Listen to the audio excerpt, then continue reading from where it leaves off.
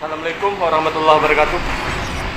Teman, ini kami persiapan mau rekaman di pesantren Raudatus Saadah Tengku atau Abu Muda Muhammad Wali. Ya, insya Allah kami ini udah siap, tinggal berangkat. Kami di AKC YouTube Adik Kopa Channel. Mungkin ini si Arul yang nyetir nih.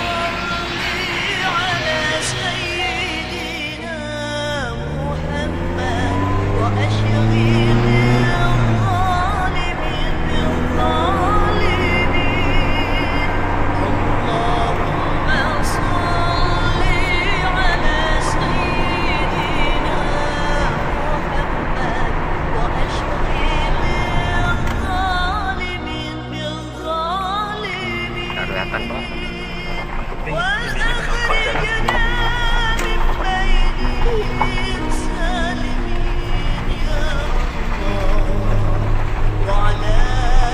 Ini kami udah memasuki kawasan kompleks pesantren Raudatus Saadah Simpang 3.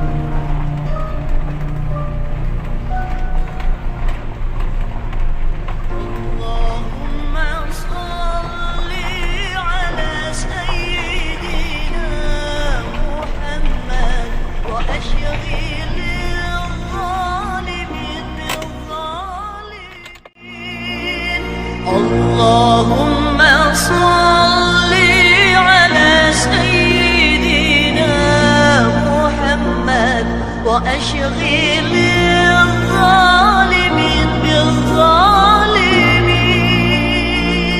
وأخرجنا من بينهم سالمين يا الله وعلى آله وصحبه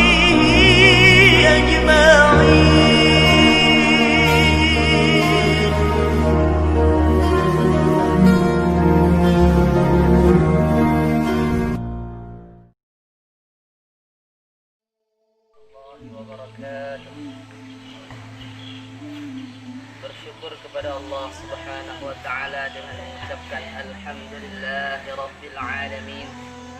Salawat kepada baginda Rasulullah sallallahu alaihi wasallam dengan mengucapkan Allahumma shalli ala sayyidina Muhammad wa ala alihi wa sahbihi ajma'in.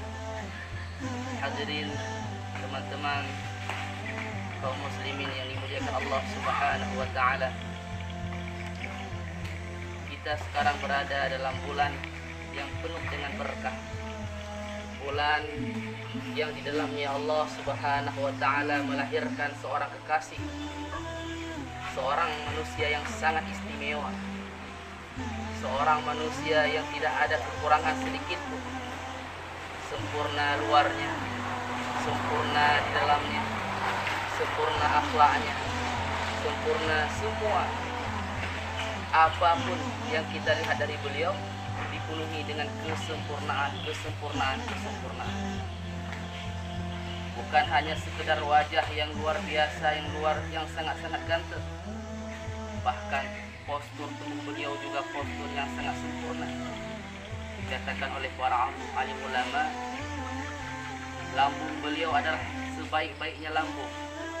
Paru-paru beliau adalah sebaik-baiknya paru-paru.